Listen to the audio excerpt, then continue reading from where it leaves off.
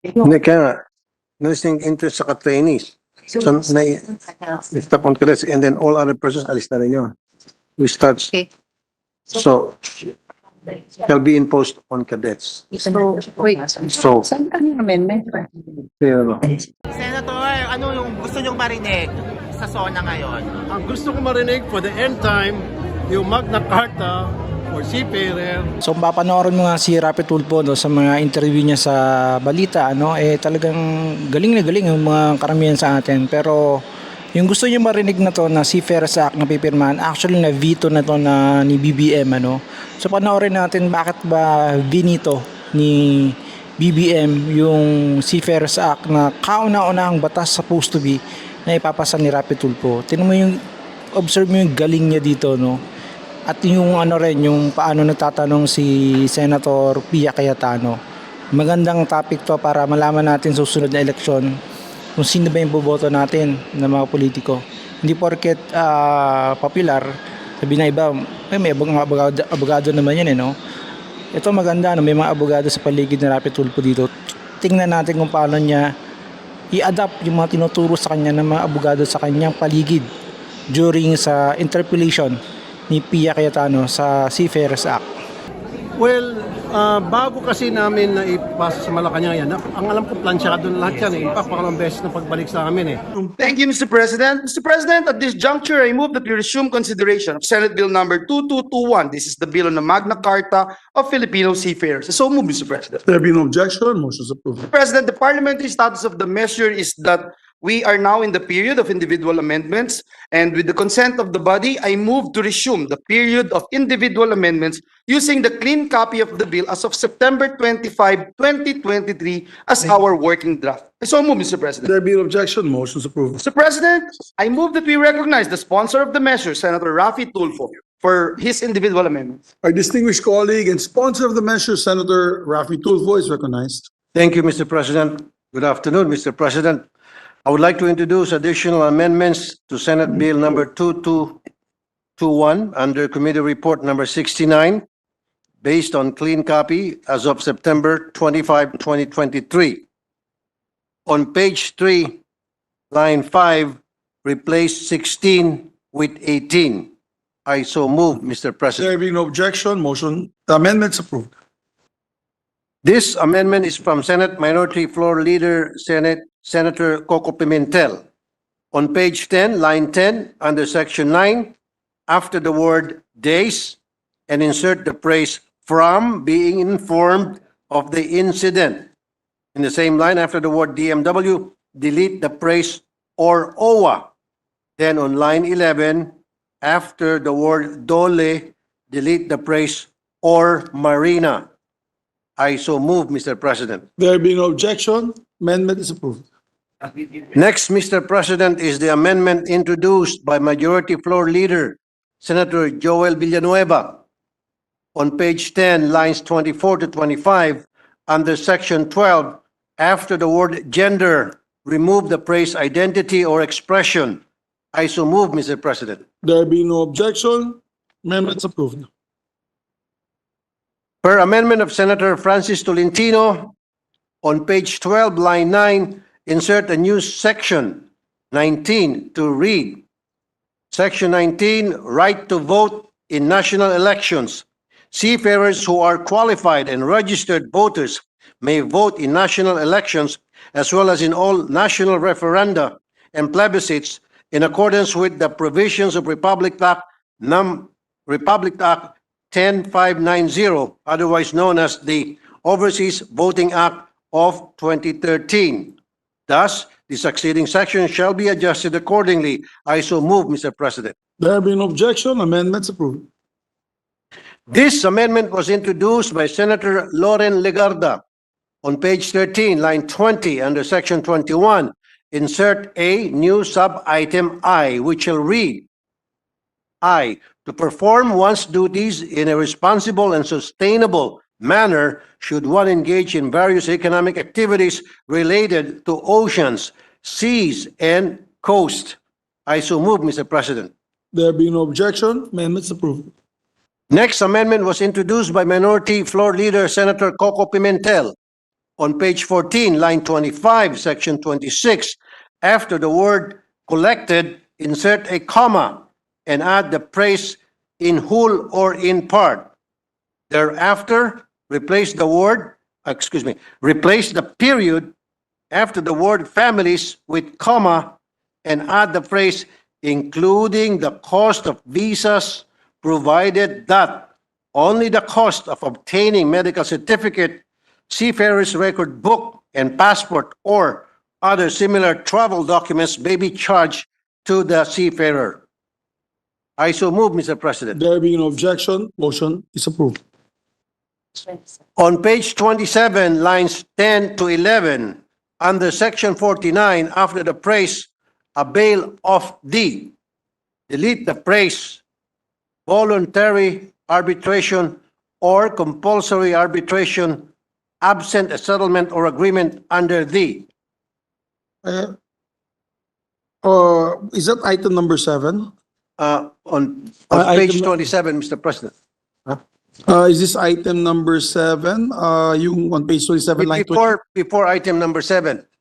It's an additional, Mr. President. Okay, wala sa lista. It's not in the list. Just give it to me. Wala po. So sa- there being no objection to the amendment, amendment is approved. Ito na. Okay. On the same page, page 27, line 16, after the word unresolved, insert the phrase absent a settlement or agreement. I so move, Mr. President. There be no objection, amendments approved. Next amendment was introduced by Majority Floor Leader Senator Joel Villanueva. On page 27, line 28, after the word NCMB, replace the word shall with may. I so move, Mr. President. There being no objection, amendments approved. On page 30, line 21, under section 56, after the phrase in cases of, insert the word infection. I so move, Mr. President. There being no objection, amendments approved. Additional, Mr. President, additional amendment not included on the list. On page 31, lines 22 to 24, after the word technology, delete the rest of the sentence. I so move, Mr. President. There being no objection, amendments approved. May bago pa ulit. Another additional, Mr. President, on page 31, line 2, section 56, after the word government, insert the phrase shall bear the cost of medical care and quarantine expenses. I so move, Mr. President. Mr. President, Yes, Yeah. Senator Cayetano is recognized. I'm actually trying to follow because I have amendments and might touch upon them, and I cannot follow because we're jumping. It appears that the sponsor is introducing amendments by various colleagues. So I understand, no, that they have different sections, but we need to slow it down so we can follow, and it will make it easier for the sponsor, so I don't have to repeat. As it is, I will probably have to repeat some because I was not able to follow, Your Honor. No worries. So can we start at maybe least af- with this one? With this particular one, can Yeah. you state, it's not kasi in my list, it's not in my list, it's a new amendment. So what was the page again and It's on Line? page 31, okay, one second. Mr. President, Page 31. line 2, One second, sir. page 31, Line 2. line 2, section 56, Okay, please proceed, Your Honor. after the word government, insert the phrase shall bear the cost of medical care and quarantine expenses. I so move, Mr. President. Is there an objection from our colleagues? There being none, amendment is approved. Additional, Mr. President, on the same page, on page 31, lines 22 to 24, after the word technology, delete the rest of the sentence. I so move, Mr. President. There being no objection to the amendment? Mr. President, Please, actually, sorry. As I said, I'm trying to follow. My concern is the previous amendment. Oh, which one? The last one that he mentioned? The one, That he just read? not the before? one that's on the floor now, just the previous one. After It was Philippine government, insert Page page 31, 31. line 2. Yes. After Philippine government, Mr. Yes. Sponsor, you said to put the words, After the word government, insert the phrase shall bear the cost of medical care and quarantine expenses. Yun po yung sinabi ko. Yes, I captured that. In the succeeding amendments, if you could kindly read the entire provision as to how it will read, so it's easy for us to capture the entire sentence. Otherwise, I'm scribbling notes to capture the entire sentence. But on that note, that's why I belatedly captured it. I'm just explaining why delayed yung aking reaction. The Philippine government will carry the cost of care. I think we need to be careful about that because in as much as I would like the Philippine government to take care of all OFWs, even PhilHealth cannot cover all the sicknesses of the Filipinos. So kailangan reasonable po ang expectations natin kasi mahirap pong mangako na hindi naman natin kayang ituparin. So may I suggest that the sponsor revisit that and come up with language that is more reasonable.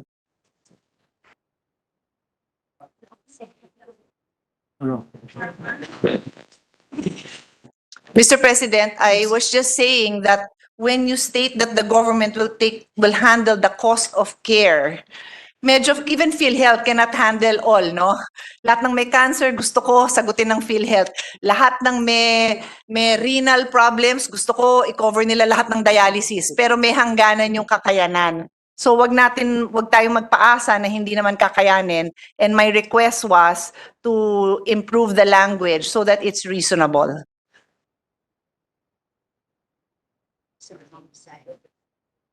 To the good, Mr. President, to the good sponsor, we're referring here upon arrival at the point of hire, which is dito sa Pilipinas, up to the seafarer's return to the place of domicile. Doon lang po. So pag dumating po dito sa Pilipinas at nag-quarantine siya, halimbawa mayroong pandemic na nangyari, emergency, then the government will take care of all the expenses covered doon sa time na siya ay nasa quarantine until siya makauwi. Walang pinag-usapan po rito tungkol sa cancer, tungkol sa chemotherapy or kidney dialysis, etc. Mr. President. So the obligation of the government is limited to the quarantine because this provision refers to in case of epidemic or pandemic. I Yes. do not know what epidemic and pandemics there will be in the future. I am totally unable to predict what kind of care will be required. To say that they will be cared for in quarantine, okay na po yun. Pero all the cost of care, mahirap po yun. Kasi kung lahat yan, mga ilangan na ma-intubate, hindi ho kakayanin yun. Tapos magiging obligation of the state yan and they will not be able to perform. So I am just putting that on record because we have to be mindful of the limitations of the ability of government. I understand, Mr. President, Your Honor, pero even before doon po sa example ko sa nangyaring pandemic, yung mga returning OFWs, pagdating po sa kanilang quarantine, food, and up to the time na sila po ay mabalik sa kanilang domicile, yan po ay kino-cover na po ng ating gobyerno through OWA.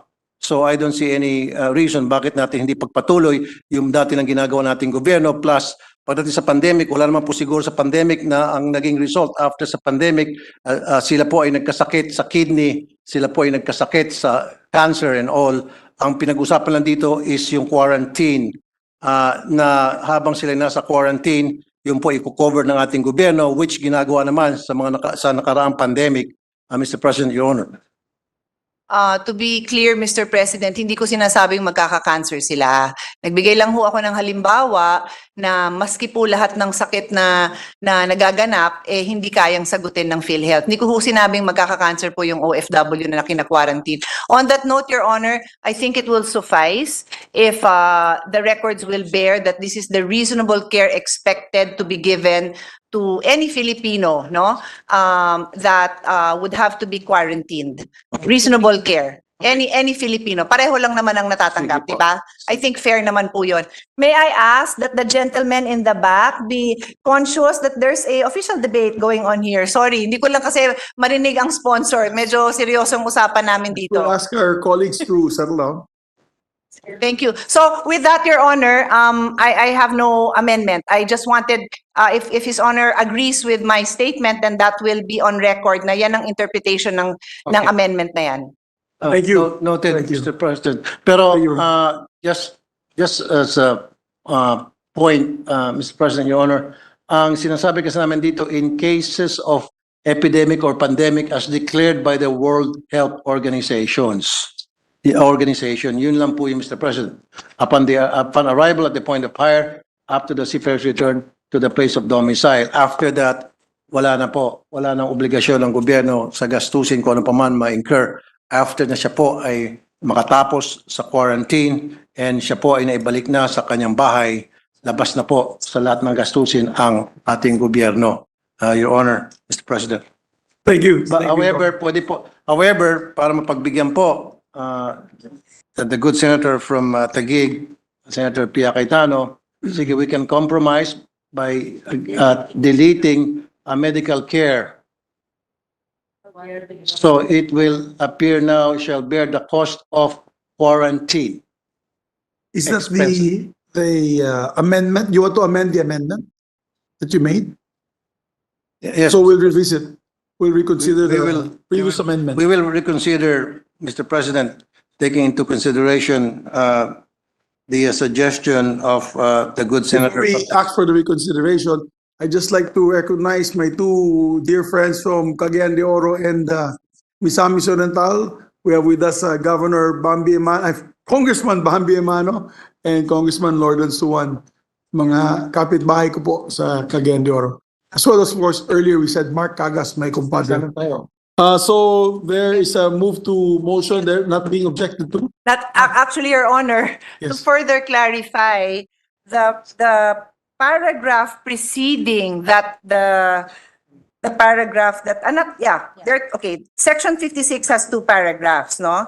May I get clarification from the sponsor that the first paragraph of section 56 refers to the ship owner's responsibility for the expense of medical care and board and lodging for periods spent by seafarer in self-isolation or quarantine until the seafarer has been duly repatriated to the point of hire. In other words, ang ibig sabihin nito ay kung bumabiyahe yung barko at kahit tumigil kung saan mang bansa, it's the ship owner who will take care. Is that correct so far? That is correct, Your Honor, Mr. President, Your Honor. And then, sabi in the last sentence of that, in the last phrase of that paragraph, until the seafarer has been duly repatriated to the point of hire. So possible yan, ang point of hire is not in the Philippines, correct? So for example, na-hire siya in Hong Kong or wherever.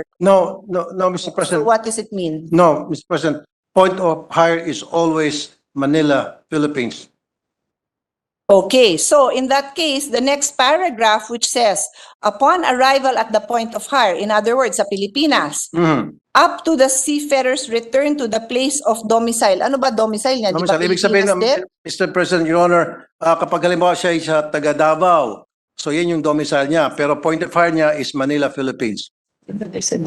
So domicile is kung saan po siyang probinsya, kung saan po siya nakatira, depende po. Pero kung siya po ay nakatira sa Manila, then wala na, alisin natin, understood na yung place of domicile niya is Manila.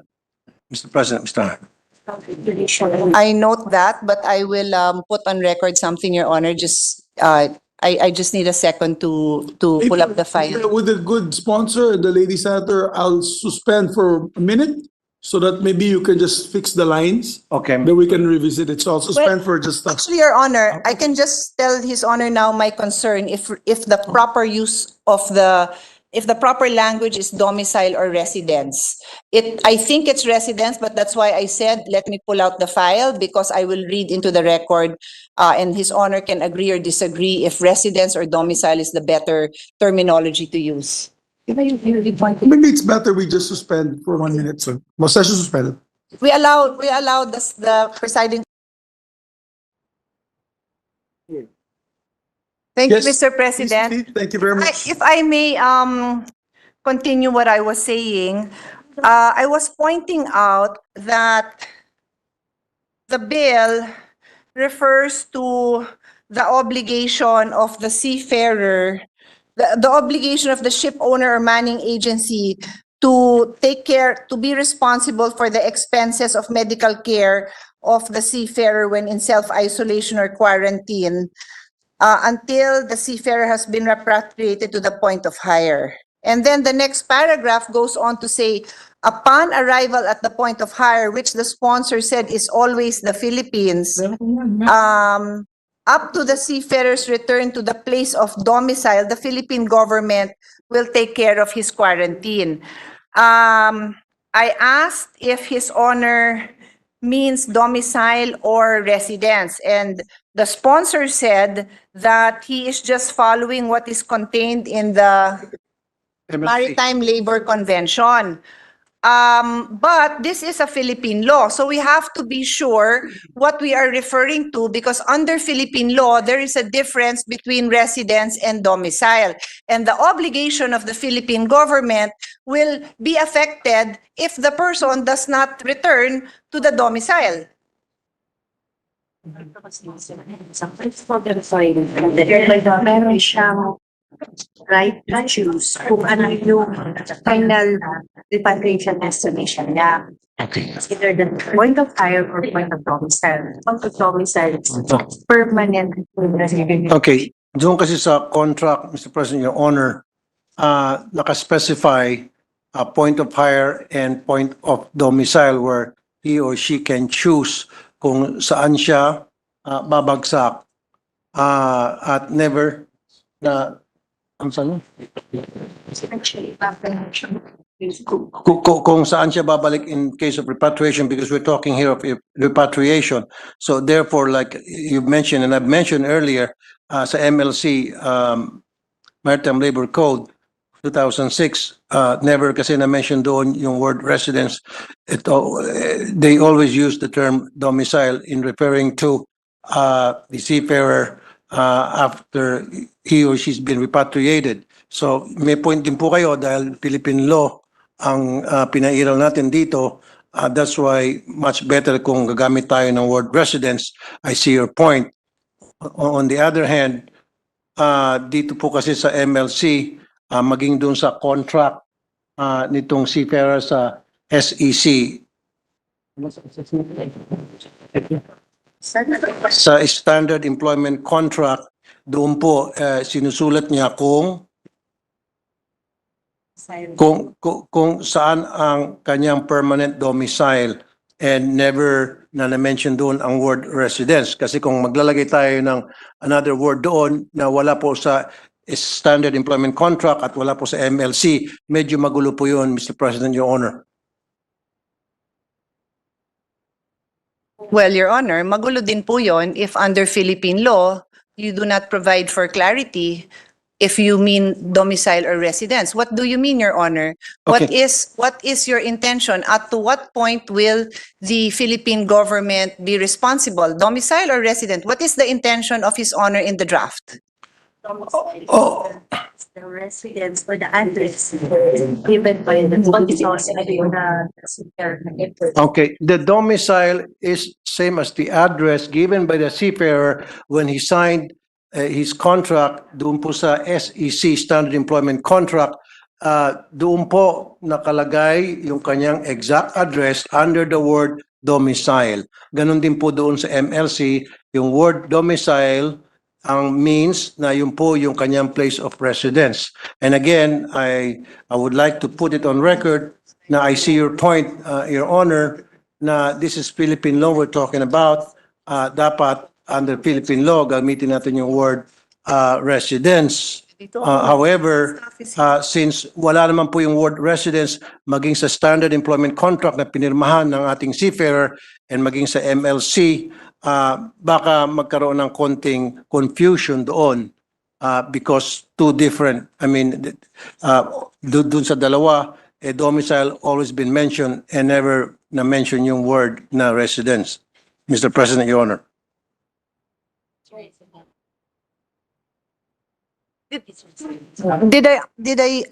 Do I remember correctly that in the first part of his honor's answer, he said in the standard employment contract, he would indicate as his domicile, his what? What did his honor say? Place of residence, place of permanent residence? What was the statement made? Masayan mo? Our deputation of repatriation. Hindi sa plan, sabi niya kasi sa SEC. Nakalagay doon domicile. Meron tayong po kanyo.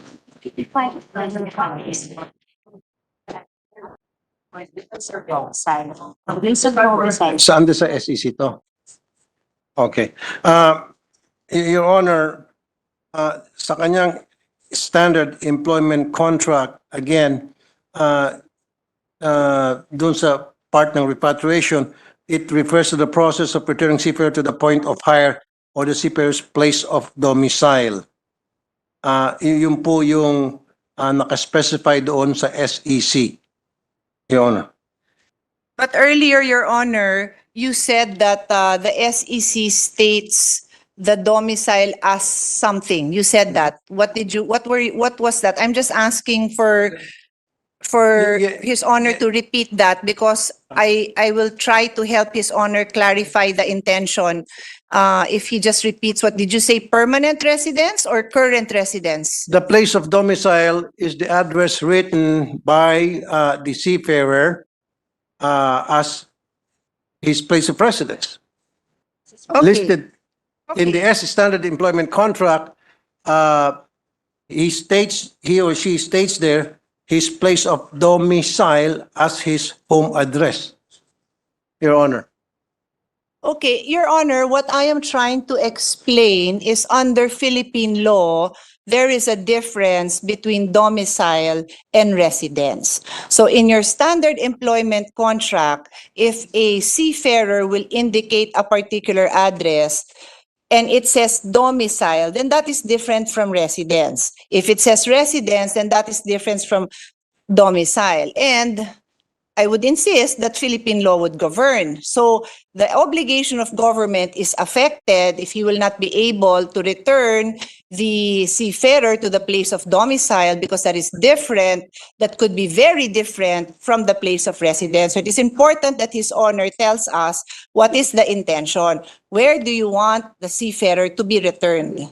Okay. I thought, Your Honor, my team already talked to your team and they already agreed on that matter. Your Honor, it is the sponsor and I who will agree. No, So- yeah, I understand, Your Honor, but for the sake of brevity or for the sake of na para mapaiksi tayo and Pero kailangan ho nagkakaintindihan tayong dalawa. magkakaintindihan tayo, Your Honor. Magkakaintindihan tayong dalawa, Your Honor. Bakit natin pinag-aawayan yung domicile and Hindi natin pinag-aawayan. Place of Tiwanag ko lang po ang use of terms natin because they have significance, Your Honor. what's the significance? What is the significance, Your Honor?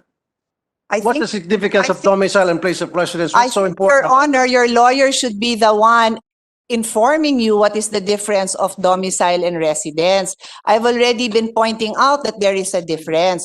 If your team cannot. But Your Honor, like I said, under the MLC convention provision, domicile refers to the home address. And in the SEC, it's the same when the seafarer filled out his SEC form, place of domicile there refers to his address. In the MLC and in the SEC, domicile means home address. Your Honor, I am simply informing the sponsor that under Philippine law, there is a difference between I domicile understand, Your Honor, and but it residence. is already understood under the MLC provision, domicile means home address. And under the standard employment contract, which the seafarer signed the word domicile refers to his home address. Okay, so I will ask His Honor a question. When the seafarer indicates a home address, yung po ba kaya ang kanyang temporary address sa Manila o yung po yung kino-consider niyang permanent home niya sa probinsya? Alin kaya ho yun doon? Yung point of hire is Manila. When you say domicile, yun po yung permanent address niya, Your Honor. As declared doon sa kanyang SEC. Kasi po doon sa SEC, idideklara mo yung iyong home address. At anong nakalagay doon? Domicile. Wala naman nakalagay doon home address. Nakalagay doon domicile. Your Honor, I am just putting on record that there are legal differences. Huwag ko kayo magagalit. Kasi No, po, I'm not mad. may legal I'm not differences mad, Your Honor. po yun. But- Ayoko kong malito ang gobyerno at ang ating Well, yung pong mga gobyerno po hindi seafarers. malilito. I'm sure. Sir, I there are guarantee you, the legal government- differences. So if we do not suspended. clarify, Hindi naman natin pwedeng baguhin lahat dahil lang sa kagustuhan mo para mas Session suspended.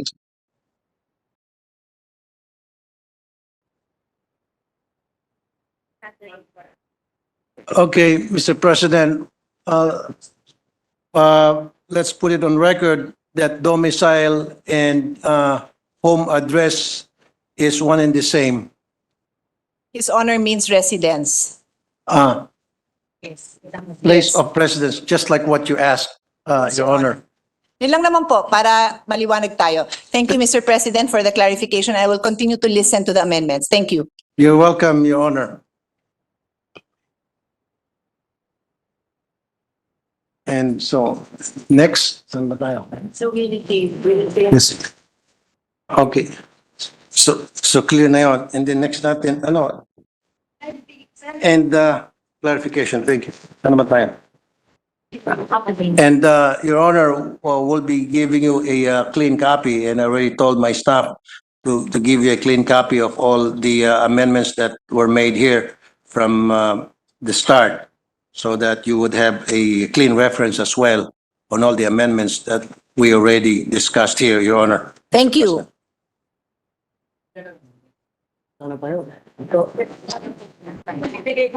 On page 34, lines 5 to 6, delete the first sentence.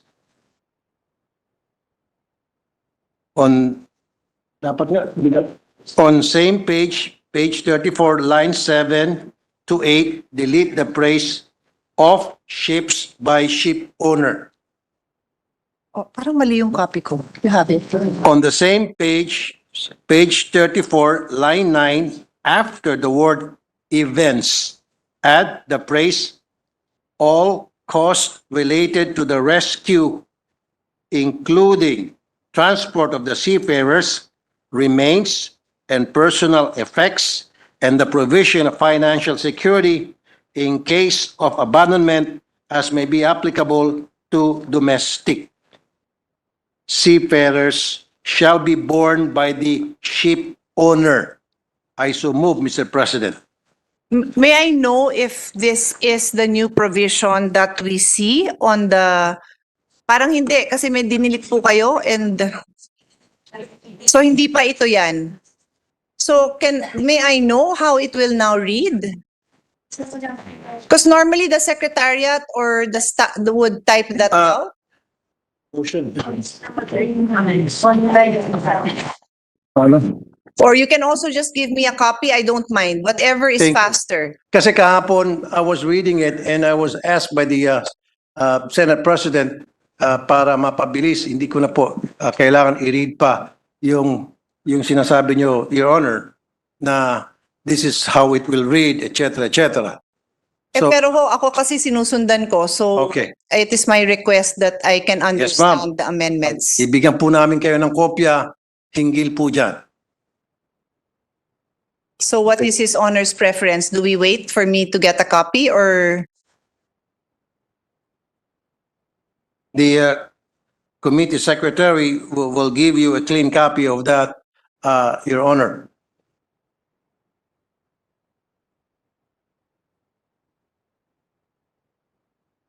Ah, 1 minute suspension, Mr. President. Session suspended. I would like to put it in record, Mr. President, before anything else, that in the definition of terms, there will be a definition of domicile and place of residence for clarity purposes. The reason why I used the word domicile and said that it's one and the same, just because or only because in the MLC and the standard employment contract, domicile refers to the home address of the seafarer. But in the definition of terms, we have to separate the definition of domicile and place of residence. Mr. President, Thank you for that clarification. Your Honor. Could you repeat your previous motion, just for... I'm sorry, Mr. You President. had a previous motion? Actually, Mr. President, we will await the definition because the word residence, as far as I know, does not appear in the bill. So as to how it will be defined and how it relates to the other definitions in the bill, we will look at it, Your Honor, to help His Honor make sure that it is consistent. The other amendments first, go back to the Okay, does the sponsor, Your Honor is the sponsor. I'm sorry, does the, Your Honor, Mr. President, does the good senator from Taguig wants us to come up with the definition of terms now, where it No, will Your Honor, appear at the His word, Honor's- Mr. President, at His Honor's convenience. I'm sorry, I was saying that the definition of terms can be produced at His Honor's convenience. I was simply pointing out that all right. the term residence does not appear, but there is a section 28 where it refers to residential address, I think. I'm just pointing that out so that the team that is drafting can take that into consideration. Okay,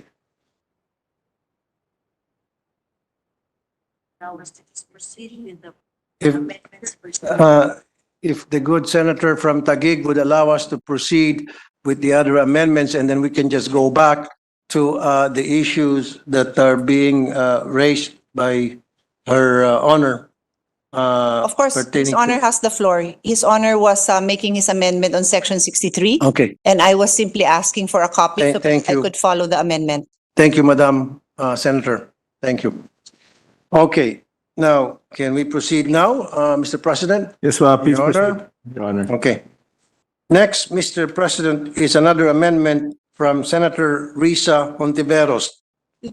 Did His Honor finish the amendment prior, or is this a repetition? Because there was an amendment on the floor. Yes. I had simply asked for a copy. The amendment was proposed, Your Honor. Yes, is this a repeat of the amendment before we suspended? I'm sorry? Is this, are you just This repeating? is a new amendment, Mr. President. So we can rule on the previous amendment that you, Yeah. Yes, but I was asking for a copy, Your Honor, and His Honor, we suspended because His Honor Yeah. was going to give me a copy. Or put it on the screen, whichever is convenient, whichever is fastest. Yung red. It is already being projected even while we speak on the monitor, Mr. President, Your Honor, Madam. Because, Your Honor, you said line 5 and 6 will be deleted, and I still have line 5 and 6. So that's why I'm sorry, I'm confused. So when you tell me it's on the screen, I am going to It follow should be- His it should be Honor's deleted. instructions, But If it But I hasn't don't been see it deleted deleted. yet, then that should be deleted. Okay, it's being done now, right? Good, okay. We can see it real time, those words being deleted. Good. Word domestic seafarer. I can make a motion na lang. So now, see, delete some more. So paano mangyayari? There you go. Okay. Just rather read this. So the amendment will now read as follows. Domestic seafarers on board domestic ships shall be entitled to emergency rescues in cases of war, epidemics, abandonment, disasters or calamities, whether natural or man-made, and other similar events, and then insert all costs related to the rescue, including transport of the seafarers' remains and personal effects, and the provision of financial security in case of abandonment, as may be applicable to domestic seafarers, shall be borne by the ship owner. The Philippine Coast Guard, ECG, and Marina shall undertake and assist in the rescue of domestic seafarers on board domestic ships. I so move, Mr. President. Is there any objection? There being none, motion is approved. Next, Mr. President, is another amendment from Senator Risa Hontiveros. On page 40, line 25, under section 78. Pakita lang yung 78 para mapalo ni Senator Pia. Add a new sentence which shall read as: discrimination on the basis of race, sex, gender, religion, and political opinion, taking into consideration the inherent requirements of the job or undertaking, shall be prohibited. I so move, Mr. President. Is there any objection? There being none, motion is approved. Another amendment from Senator Francis Tolentino. On page 42, line 22, under section 83, insert a new paragraph which shall read: the educational background and experience of a seafarer on board vessels and previous sea service shall be given due consideration should they opt to join the Philippine Navy Reserve Force. I so move, Mr. President. Is there any objection? There being none, motion is approved. Finally, per amendment of Senator Coco Pimentel, on page 49, line 21, under section 91, after its, delete commission and replace with discovery. I so move, Mr. President. Is there any objection? There being none, motion is approved.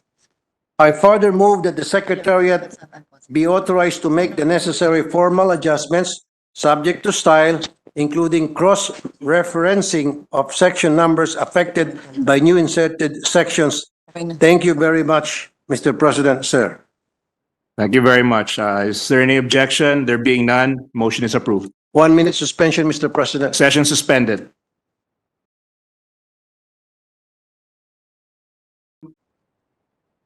We recognize Senator Risa Hontiveros for her amendments, for her proposed amendments. May I borrow the Majority Leader's podium, Mr. President? Yes, please proceed. Salamat po. Salamat, Mr. President. Good sponsor.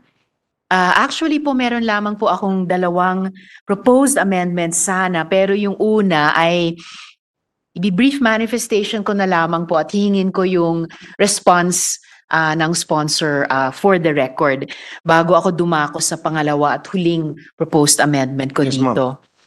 Yes. So, una po, tungkol sa coverage of seafarers. In section 4P, which is on page 6, line 4, on overseas seafarer.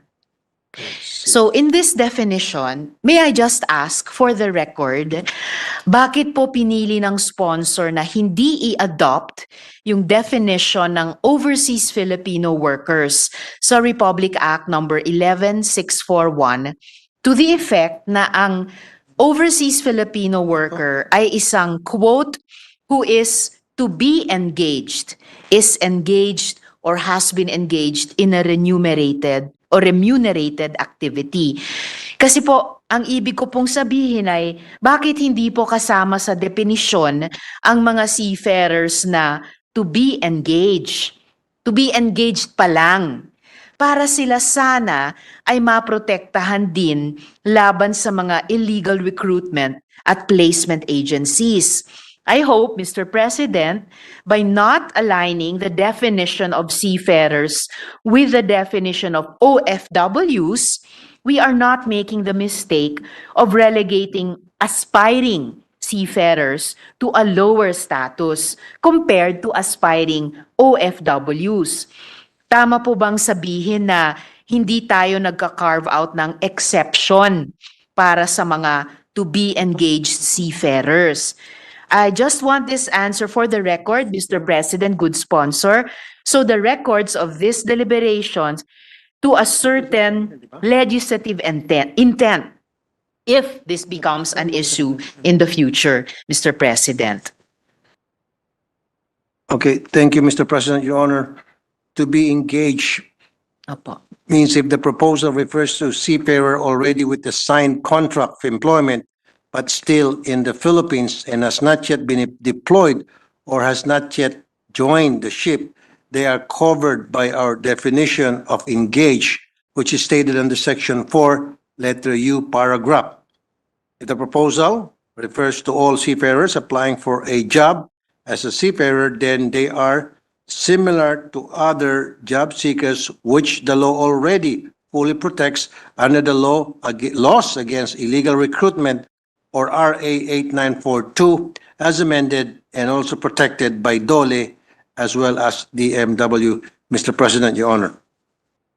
Kung ganun po, Mr. President, good sponsor, na yun yung intent nitong bill at merong din sinasite ang good sponsor na ibang mga batas na magbibigay ng pantay na antas sa mga seafarers na to be engaged, pero meron pa rin nga pong Republic Act number 11641. Just to give this one last try, Mr. President, good sponsor, hindi kaya't maganda rin sana, kahit for the record na lamang po, Mr. President, good sponsor, hindi kaya't maganda rin sanang isama na rin yung definition of OFW sa Republic Act number 11641 para explicitly maka-apply din po siya sa mga seafarers na to be engaged. Mr. President. Mr. President, Your Honor, even in the DMW law, there is no to be engaged. And we have the definition of seafarer in the DMW law. Seafarer refers to an OFW who is engaged in employment in any capacity on board a merchant marine vessel plying international waters or other sea-based craft or similar category. So, ito po, Your Honor, ang batas na nakasaad, nakapaloob sa DMW. And wala po sa batas ng DMW na nag-mention yung words to be engaged. Mr. President, Your Honor. So ibig pong sabihin, Mr. President, ng good sponsor, kahit po sa batas na naglikha sa DMW, ay wala pong kinikilalang seafarer who is to be engaged. Tama po ba, That is Mr. correct, President, good sponsor? Mr. President, Your Honor. Kung gayon, Mr. President, good sponsor, at least salamat sa good sponsor for making these of record para nga po dahil ginawang of record dito ng good sponsor as to the legislative intent of this bill na kung sakali mang maging issue man ito sa hinaharap ay pwede po nating balikan ang records ng deliberation ito para higit pang bigyang linaw at siyempre proteksyon at suporta sa coverage yung ating mga seafarers. So salamat po para doon, Yes, yes, Mr. Your Honor. President, good sponsor. Mr. President, Your Honor, I agree. Salamat po. And then pangalawa po or huli, tungkol po sa determination of disability grading. In section 51, page 28, line 13. I propose to delete the word 30 and in parenthesis the number 30 and replace it with within a reasonable period. I so move, Mr. President. Yes, Mr. President, Your Honor, 30 days appear to be reasonable time under the circumstances referred to in this provision, but we can agree to replace within 30 days with within reasonable period of time and leave the final determination to the DMW, DOLE, and DOH and other concerned agencies after further consultations with all the maritime stakeholders. Mr. President. There's a pending motion. Is there, Yeah. the good senator's pending motion. Is there an objection? I accept. There being none, motion is approved. Salamat, Mr. President, at maraming salamat, good sponsor. That's all for this representation's proposed amendments, Mr. President. Salamat po. Thank you, Senator Pia, Your Honor, Mr. President. Session is suspended. Ay, Senator Risa.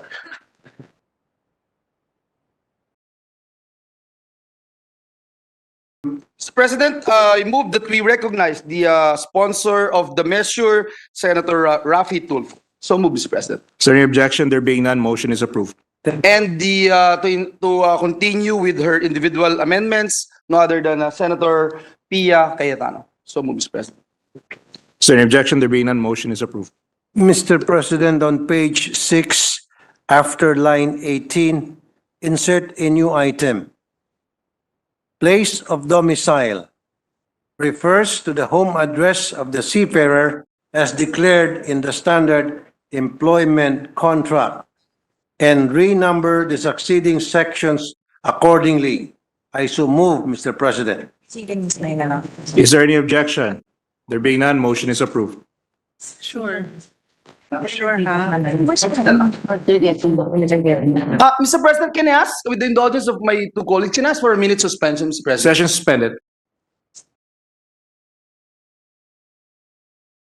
I move that we suspend consideration of Senate Bill number 2221. So move, Mr. President. There being no objection, motion Thank you, Mr. President. At this juncture, Mr. President, the Bicameral Conference Committee report on the disagreeing provisions of Senate Bill number 2233 and House Bill number 6527 entitled Public-Private Partnership Act was previously submitted by the Senate and the House panels. The House of Representatives ratified the Bicameral Conference Committee report last September 26, 2023. We were informed, Mr. President, that during the session today in the House of Representatives, the ratification of the BICAM report on the PPP was reconsidered in plenary and considered withdrawn. The House of Representatives reconstituted their conferees to the Bicameral Conference Committee. Mr. President, with the permission of the body, I move that we proceed to the Senate President's designation of Senate conferees to the Bicameral Conference Committee report on the disagreeing provisions of Senate Bill number 2233 and House Bill number 6527. I so move, Mr. President. Yes, there being no objection to the motion of the majority floor leader. Motion is approved, and the following members are hereby designated as the new Senate conferees to the Bicameral Conference Committee report on the disagreeing provisions of Senate Bill number 2233 and House Bill number 6527. They are as follows: Senator J.V. Ejercito as chairperson, Senator Mark Villar, Senator Sonny Angara, Senator Francis Chis Escudero, and Senator Aquilino Coco Pimentel on the part of the minority. Can I ask for a minute suspension, Mr. President? Session suspended for 1 minute.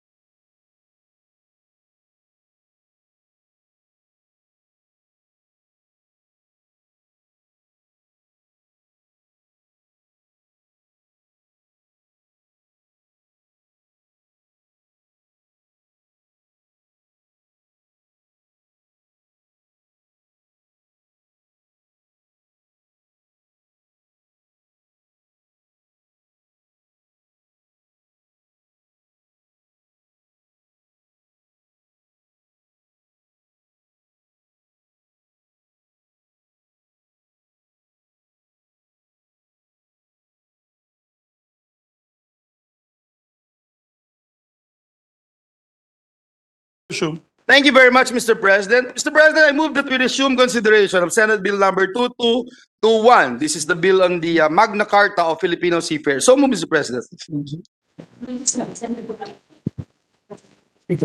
Yes, please proceed, Your Honor. Thank you very much, Mr. President. Mr. President, we are still in the period of individual amendments, and at this juncture, I move that we recognize the sponsor of the measure, Senator Raffy Tulfo, and Senator Pia Cayetano for her individual amendments. So move, Mr. President. There being no objection, motion is approved. Senator Cayetano is recognized and Senator Raffy Tulfo.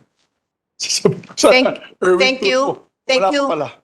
Mr. President, with the permission of the sponsor, I would just like to comment that the amendment that his sponsor made after the intervention of the Senate President Pro Temp, clarifying the definition of domicile is a very good definition. I commend him for that. Mas klaro talaga siya, and I'd like the sponsor to know na, to begin with, I only pointed that out precisely for the need for clarity. Ayoko ho nang magulo kasi lalong ikagaganda ng bill ng sponsor natin kung maganda yan. At ang akin hong mga comments hindi lang ho dahil kagustuhan ko, katulad po ng sinabi ng ating sponsor. Ikagaganda ho ng bill yan. I understand, Mr. President, Your Honor. Thank you very much. So, Mr. President, I will proceed with a very few amendments, and some of which may not be necessary depending on the response of His Honor. Kasi again, most of them are clarificatory. So on page 8, section 7, we have a provision on the right to educational advancement and training at reasonable and affordable cost. So sabi dito, seafarers shall have access to educational advancement and training at reasonable and affordable cost. No fees or other charges other than tuition and other miscellaneous fees shall be imposed on cadets, interns, apprentices, on-the-job trainees, or other persons similarly situated.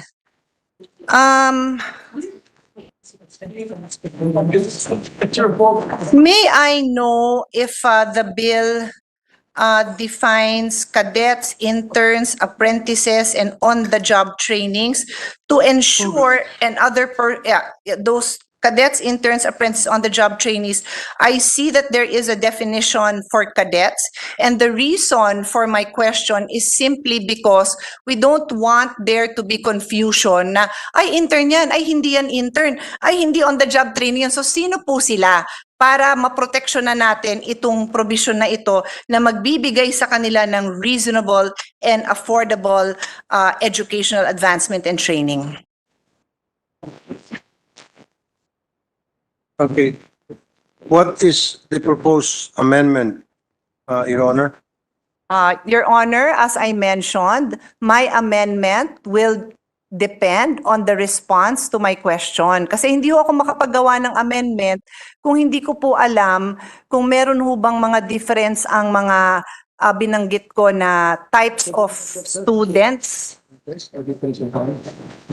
in the definition of terms, Mr. President, Your Honor, the cadets and interns, apprentices has been defined already. Cadets, interns, and apprentices. Anong section po? Kasi section 4B is the definition of cadets. Hindi ko po nakita yung definition ng iba.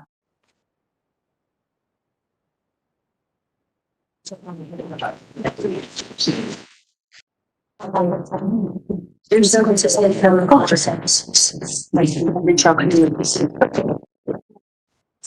To avoid confusion, we can remove the interns, apprentices, and the trainings. Okay. All right, Mr. President, Your Honor, to avoid confusion, we will amend and remove interns, apprentices, and on-the-job trainees, and leave the word cadets instead, or other persons similarly situated. Lahat po yon tatanggalin nyo? Yes, Your Honor. So matitira na lang po yung cadets, or other persons similarly situated. So in other words, Your Honor, the students you are referring to are all cadets. They're all cadets, Your Honor. So pati who, okay, I take, it's clear enough to me. So if His Honor would like to make the amendment, he can make the amendment. I was just, as I said, pointing out that there may be need for clarity. So His Honor may make the amendment if he so desires. I so move, Mr. President. There being no objection to the amendment of our distinguished colleague, amendment is approved. Please proceed.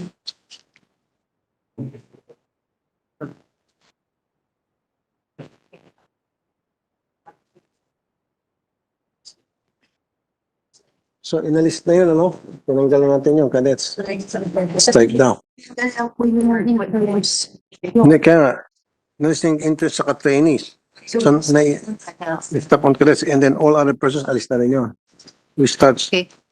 So, shall be imposed on cadets. So, wait. So, Saan ka yung amendment? clear, no? Please proceed with the other amendments. Your Honors. Just tell me what the political opinion is of the past. After political opinion. And line what? 25. Yes. Your Honor, on page 10, line 25, after the word opinion, insert the phrase health status or medical history. And the reason for this, Your Honor, is that we do have basis to show that there has been health and medical history discrimination against our OFWs, including seafarers, even ailments that are not prejudicial to their companions.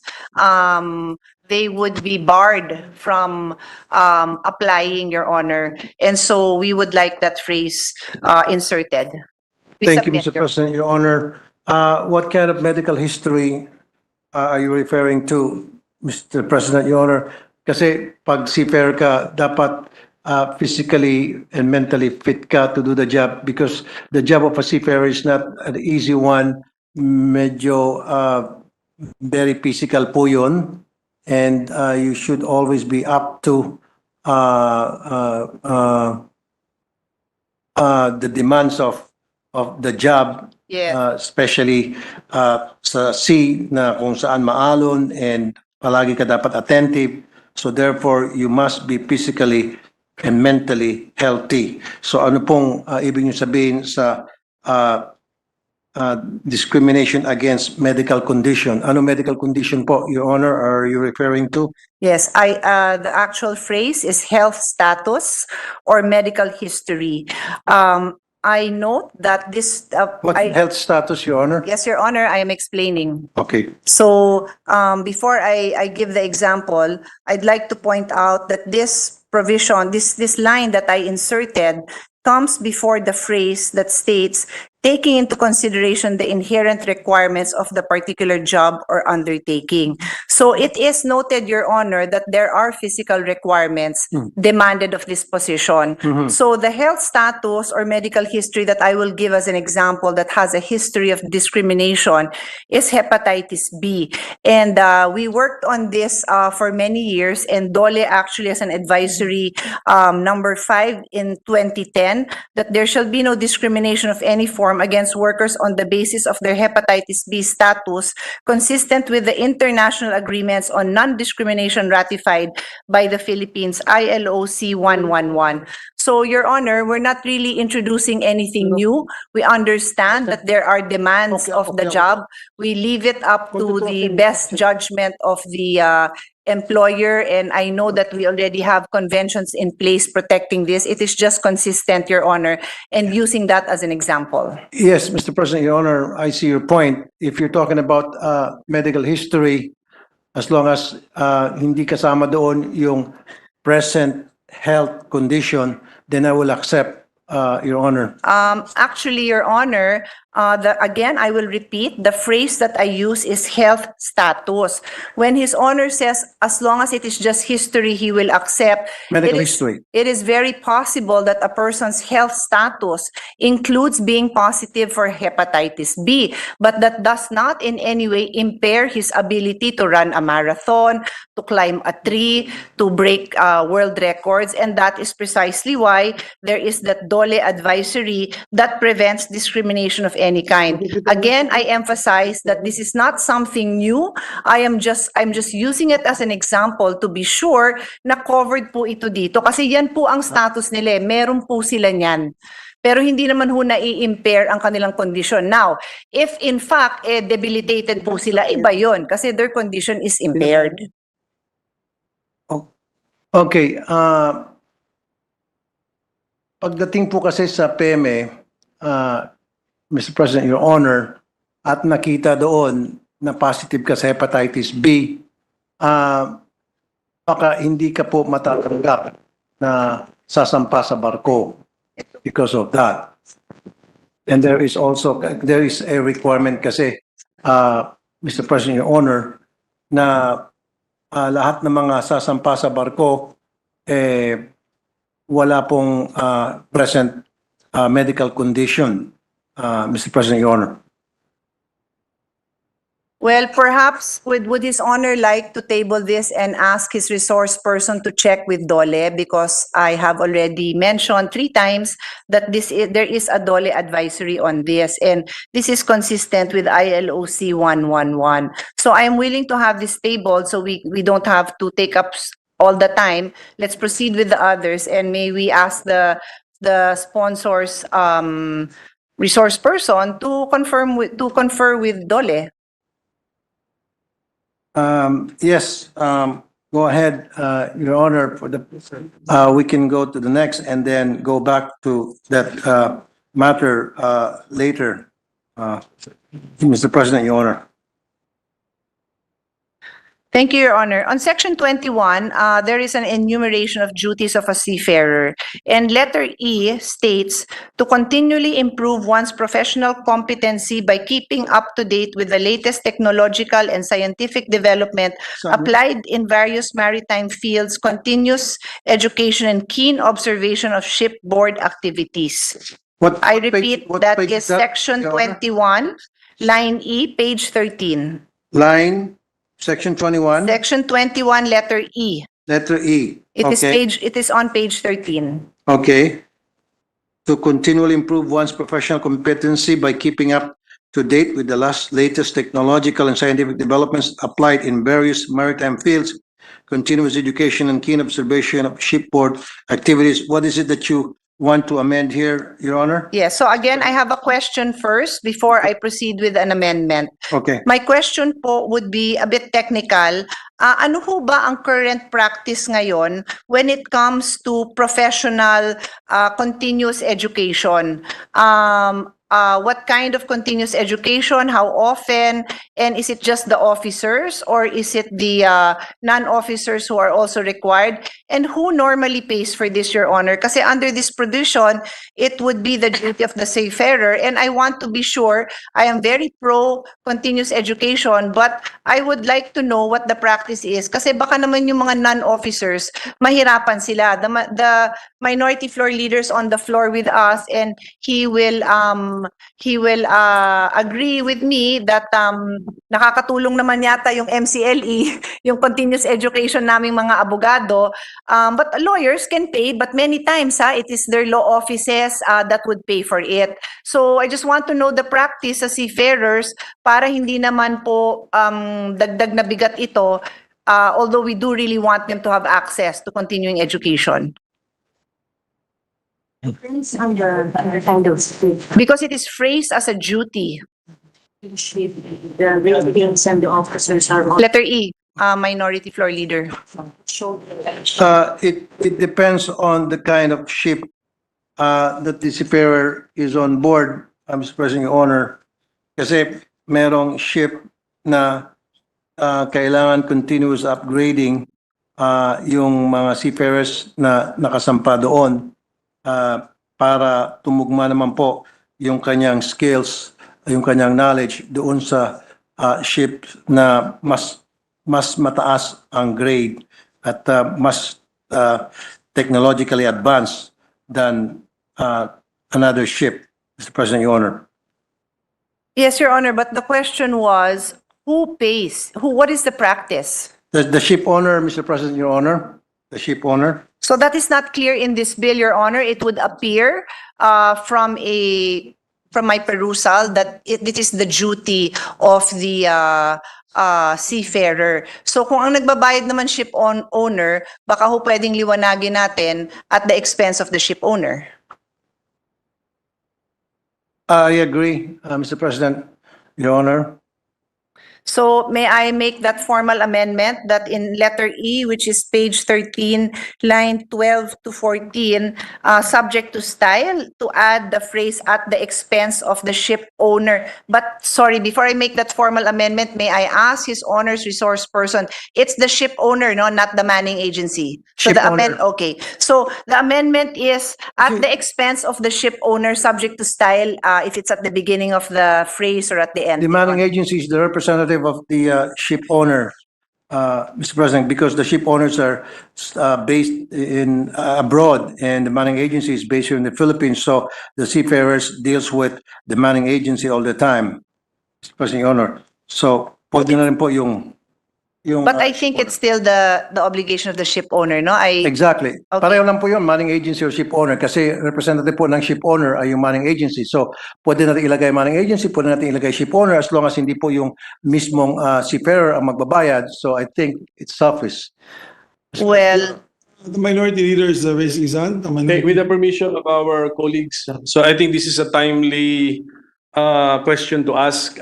Is it clear that in our measure that the liability of the ship owner is solidary with the manning agency and also the other way around? That is correct, Okay, Mr. President, Your Honor. is it found in our measure? Kasi kung hindi, we are ready to also propose Meron ba? a provision to make that very explicit, Mr. President. So at the proper page and proper time, we will do it, Mr. President. I agree with you. Thank you. Minority Leader Senator Coco Pimentel. And you have a point, and I accept. Thank you. So we will do it. We will do it in due time, Mr. President, Yes. at the proper place in the bill, Mr. President. Thank you. You're welcome. Thank you. Thank you, Your Honor. Mr. President, I made my amendment, but is His Honor sure that the practice is it is always the ship owner? Because I got information from AMOSOP that sometimes they pass it on to the seafarers. So I'm not trying to reinvent the practice, but of course I would prefer that it is the ship owner. So I think that has to be a judgment call, or I defer to the wisdom of the sponsor kung ano din ang talaga bang sinasabi ng mga resource persons natin.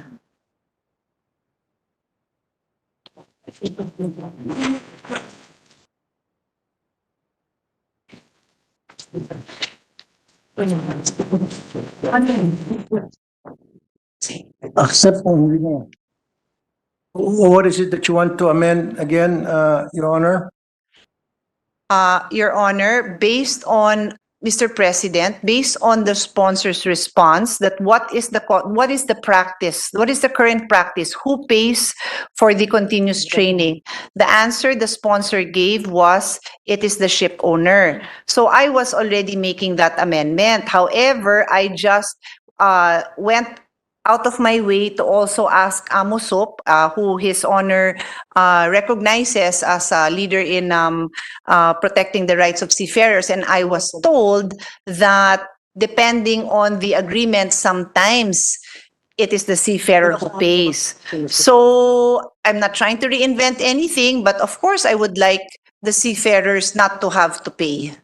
Pero hindi ko alam kung malaking bagay ito sa mga companies. Usually naman daw, sila ang nagbabayad.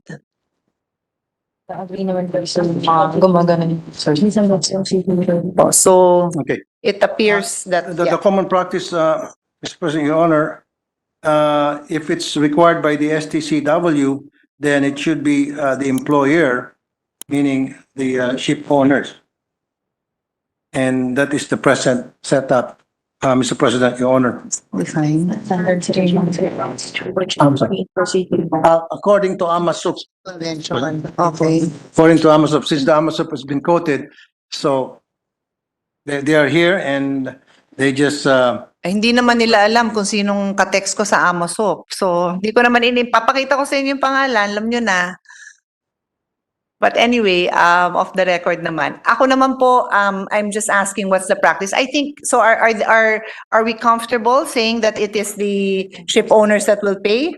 It will give us leverage in fighting for our seafarers. So that is the amendment, Your Honor. that is correct. Subject to style. Mr. President, Your Honor, we already agreed, we already accepted the amendment that you're proposing, that we will put here the ship owner who will take over the charges. Okay. President, Your Honor. There being no objection from the sponsor, the amendment is approved. Thank you. Your Honor, my next amendment, if I make an amendment, would be on section 23. I'll give the sponsor a moment to catch up with that page. Section 23, page 14? Page 14. This is the pre-employment medical examination.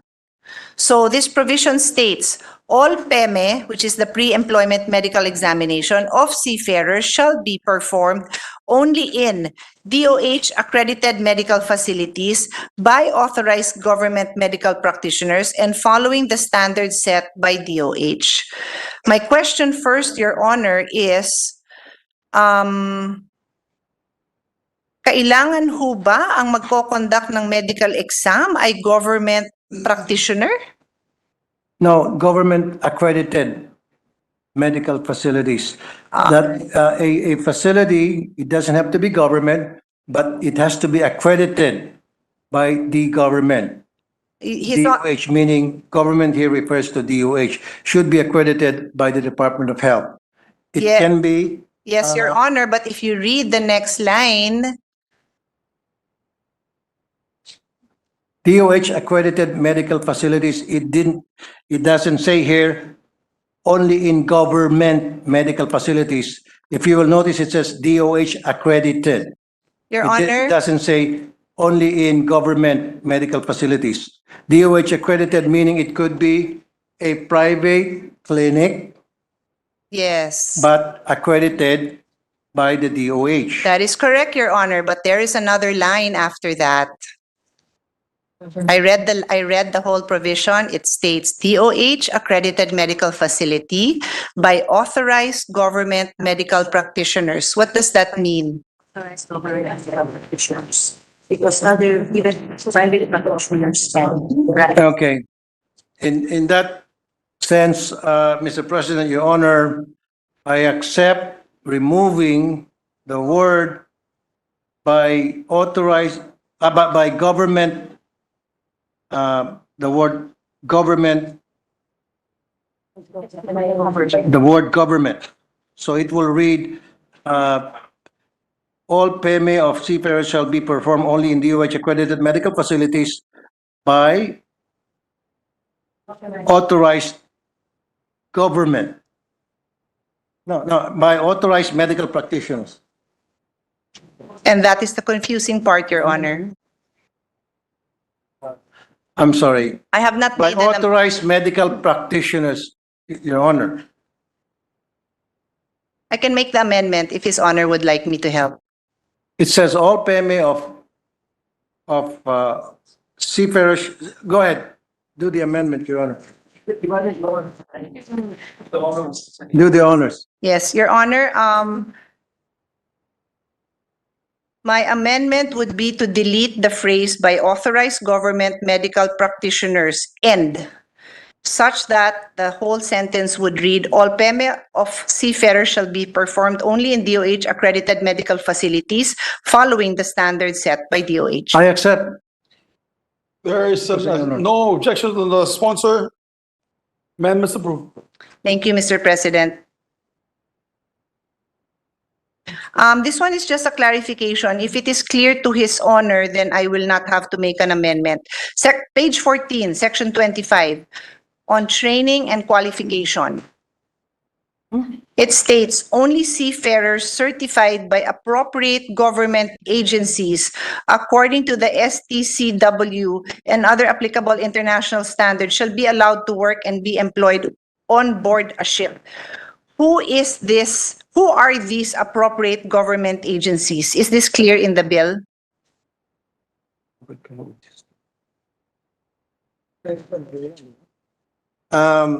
We're talking here of Marina, Mr. President, Your Honor.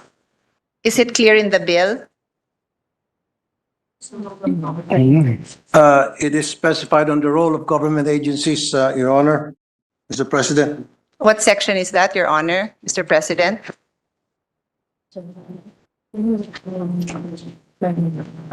Ako nahirapan sa inyo eh. Section 84, Mr. President, Your Honor. Section 84 of this bill? My question is it clear in this bill? Well, it's included in the bill because it's stated on section. Hindi, ang tinatanong ko nasa bill. No, it's in the bill on section 84. Page 45. Section 84. Section 84, page 42. Your Honor. Says here, the following government agency shall perform the following functions to promote the welfare and protect the rights of Filipino seafarers. Agencies. Is there, Paragraph G. yes, I found it, Your Honor. Okay. So according to Your Honor, just for the record, the appropriate government agencies referred to here in Section 25 is the Marina, which is provided for in Section 84. Are there any other government agencies? Marina, bukod sa Marina,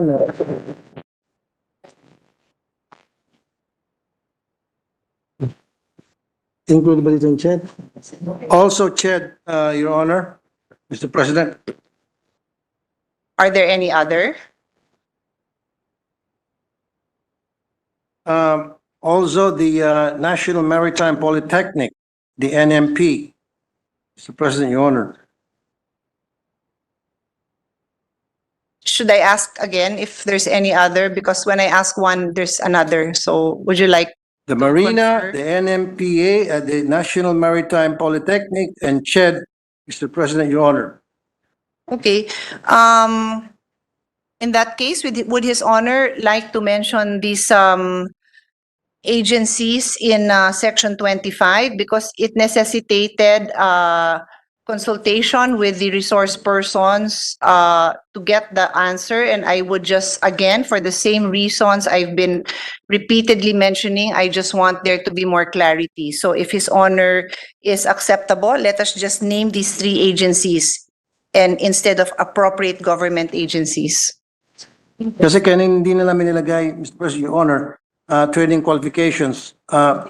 Dito kasi sa Section 42, nandiyan na po yung role of government agencies na kung saan ni-refer dito sa Section 25.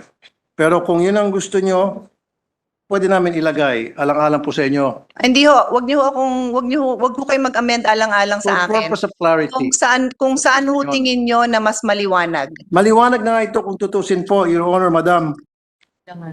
Kaya lang, Pero ho kasi nung tinanong ko ho kayo, parang hindi pa ho kagad makasagot ang mga resource person. So I wasn't sure if hindi pa clear. But if it's very clear, I will not make an amendment, Your Honor. Your Honor, the resource persons are the one who gives me advice at sila po ang nagpapaliwanag sa akin tungkol sa mga nakasulat sa bill na ito. And they are the ones that tells me kung ano yung mga pwedeng isingit o hindi amendments dito po sa bill.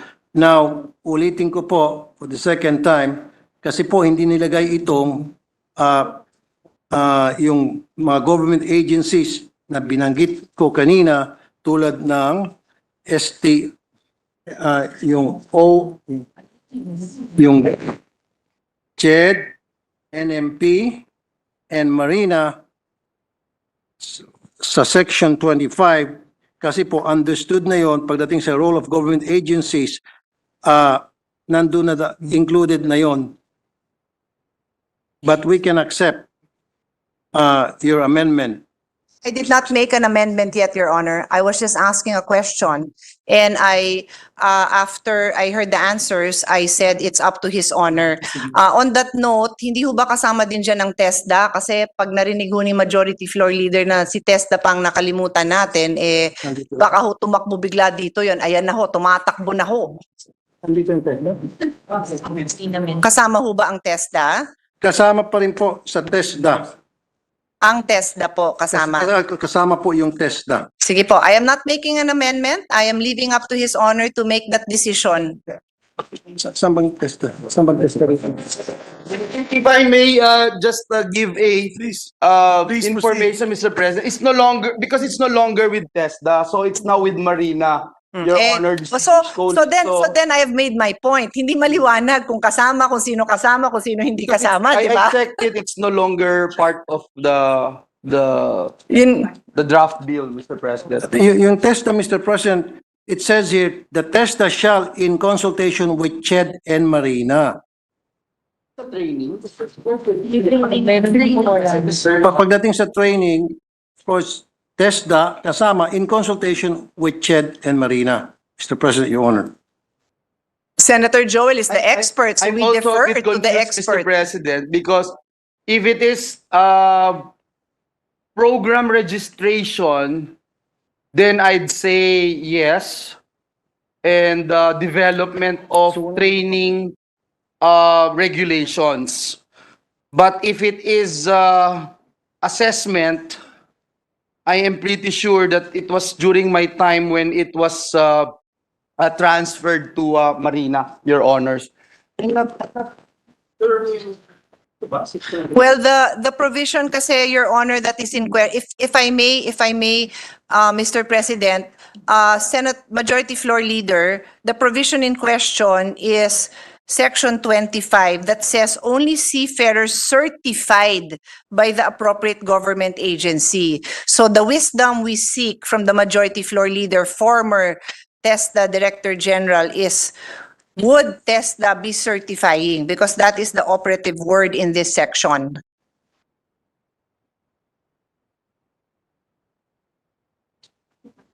Yeah, I believe the lady senator from the GIG just wants to clarify which agency. Yes, Your Honor. Yeah, because it's not very clear. And I mean, I think this question, the interjection of the Majority Floor Leader precisely illustrates my point that it should just be clear. Okay. I was doing something else, Mr. President, when this representation caught the magic word discussion TESDA. of the two colleagues of mine. Mr. President, I don't see any harm in this particular provision in this particular provision on page 46, where TESDA, it says, shall in consultation with CHED and Marina develop, establish, and implement non-degree courses and programs on maritime education and other quality technical education and training programs for seafarers who may want to learn new skills or enhance their existing skills. It So they're only not means, cited Mr. President, develop. TESDA is in charge of training regulations, of developing programs that will enable to help Marina to be able to implement, Mr. President, what was transferred to them, Mr. President, because the expertise remains with TESDA. So I don't see any problem having this, Mr. President, in this particular measure. Thank you. I hope But I was to be able clear, to a bit, but your task is not yet over. So you have clarified, Mr. President, the Majority Floor Leader has clarified that Section 84 remains relevant. Yes, Mr. So President. my question is, whether the sponsor believes it is necessary to identify each government agency that a seafarer needs to seek certification from. And so when I asked, he mentioned 3, and then I thought of Your Honor, and I asked TESDA, and the answer was yes, but the majority floor leader says no. So that is precisely my point. Baka mamaya, pag pinasa natin to, mag-insist na, ay hindi, punta kayo sa TESDA. If I understand correctly, majority floor leader is saying, no, you don't need to. But the response that I was given just before you walked in If it is papasok si TESDA. So this should be clarified. If it is STCW, it's no longer with TESDA when it comes to certification. What is stated here, Your Honor, distinguished colleague, is that TESDA remains would remain the certifying body in developing programs. The programs, but Yes. not the Training individual, but Yes. not certifying the Yes. individual. They are certifying the programs. Programs, Mr. President. Oh. Yes, that's what I May I mean. That's what interject? it means, Mr. May, President. if the agencies are enumerated on section 24, Your Honors, why don't we just put there, we mentioned section 24, section 84. For example, only seafarers certified by appropriate government agencies. No, Mr. President, Section 84 includes NLRC. Parang it's a basic enumeration of various government agencies. It is not limited to the certification. My only concern, and I will repeat, I leave it to the sponsor. I just don't want that when it leaves the halls of Congress, later on, for example, our expert in TESDA will say, hindi niya job mag-certify, ba't kayo nagpapa-certify dyan? So that's why the intention of the legislative body should be very clear, and that must come from the sponsor. Okay, but we'll test the Madino. 7:30. Mr. President, Your Yes, Honor, Your Honor. tapos na po yung period of interpellation natin, period of amendments na ito. Sana ang request ko lang po, sabihin lang niya sa akin kung ano yung amendments niya, and I will say whether I accept or not. And if I do not accept it, and I will explain. Ang nangyari po kasi, pina-explain niya muna ako, na bumabalik tayo sa interpellation, and then after ma-explain ko, pwede niyang i-amend at pwede niyang hindi. Napapahaba lang po tayo. Bakit hindi na lang po niya, Mr. President, Your Honor, sabihin na lang kung anong gusto niyang amendment, anong linya yon, and then I'll say accept or not. If I don't accept, and I'll tell the good senator from Taguig why I'm not accepting. Para mapabilis lang po tayo. Kaysa naman po, kailangan pa muna ako magpaliwanag, babasahin niya, kailangan ko pa magpaliwanag, and then hindi siya satisfied sa paliwanag ko, then magkakaroon ng debate. At kapag halimbawa na satisfied siya sa paliwanag ko, then hindi na siya mag-amend. Humahaba lang po tayo, Mr. President, Your Honor. Kung gusto niyo po, maglatag na po ng banig dito. Sa kunan. Welcome to legislative work, Mr. President. No, hindi naman po gagawin.